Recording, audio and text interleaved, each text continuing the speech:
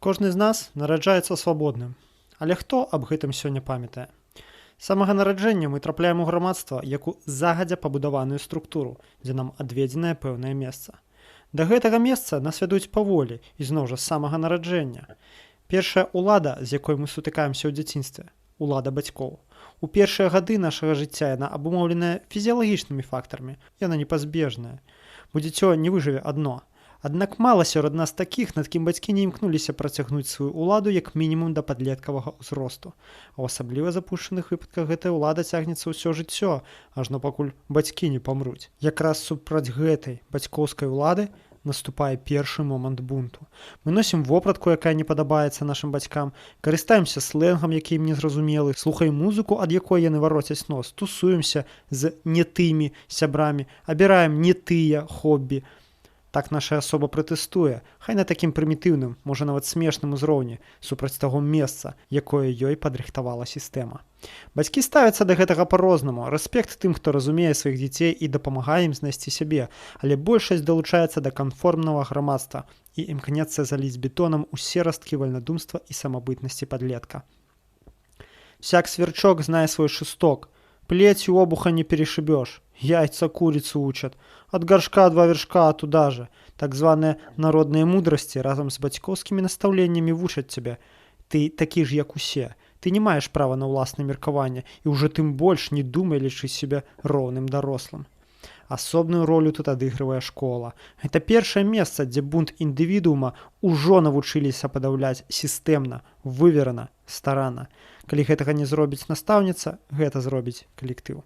Ну а далей іерархічныя інстытуты заціскаюць нас з кожнага плану існасці. Армія, універсітэт, праца. Запомні, ты ніхто. За цябе ўжо падумалі, за цябе ўжо вырашылі. Твая справа выконваць каманды, выконваць сваю функцыю. Твае пачуцці, думкі, ідэі нікому не цікавыя. Твая ініцыятыва караецца. За вальнадумства атрымаеш па галаве. За энтузіязм будзеш высмеяны. Канфармізм заахвочваецца. Будзь як усе. Ведай сваё месца. Існаванне гэтых інстытутаў абумоўлена самой дзяржавай, той палітычнай сістэмай, якая як парасон утрымлівае гэтыя дэталі механізма разам, пускаючы ў перапрацоўку нашай жыцці дзеля прывілеяў кіруючай верхушкі. Няроўнасць і іерархія набываюць розныя формы. У сям'і псіхалагічны гвалт і дамінаванне на асабістым узроўні. У дзяржаве турмы, суды і паліцэйскія дружкі. На працы эканамічная эксплуатацыя. І на кожным з гэтых планаў ішла і ідзе, і пакуль людзі завуцца людзьмі будзе ісці, барацьба чалавечага інстынкта свабоды і справядлівасці супраць гэтых рабскіх інстытутаў. Як вада прасочваецца скрозь любыя ўмацаванні, так жывое, чалавечае прасочваецца сквозь дзяржаўнае і іерархічнае. Нават на працы ёсць месца жывым стасункам у працоўным калектыве. Нават у турмах ёсць узаемная падтрымка між арыстантамі.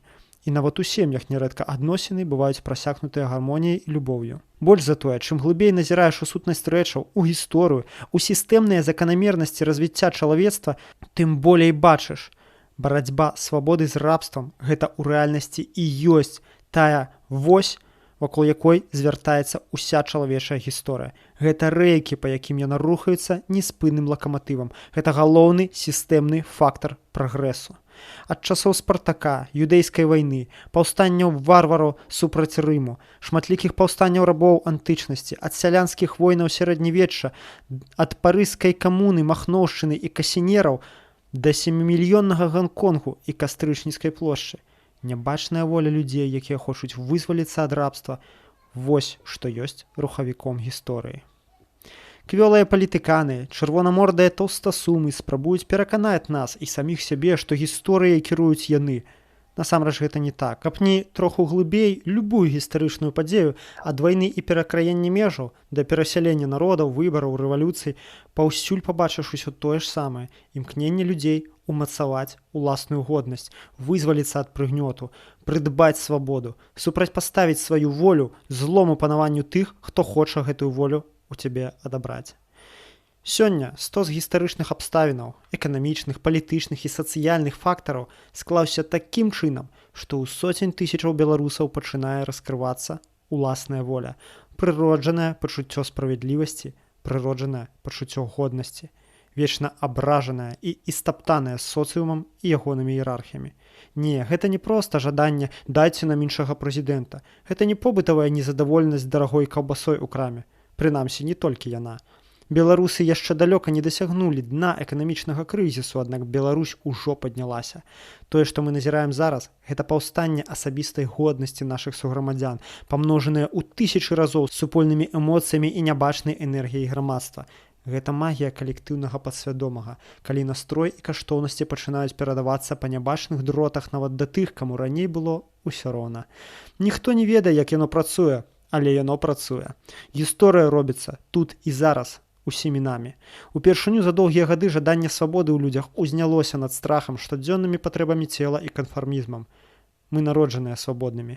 Мы не хочам, каб за нас вырашалі іншыя. Мы не хочам жыць па чужых правілах, падпарадкоўвацца толькі таму, што ў кагосьці з вас так шмат грошаў і ланцуговых сабакаў у масках. У нас, беларусаў, ёсць іманентнае права на паўстанне. Гэта нашае прыроджанае права, якое ніхто нас не можа атабраць.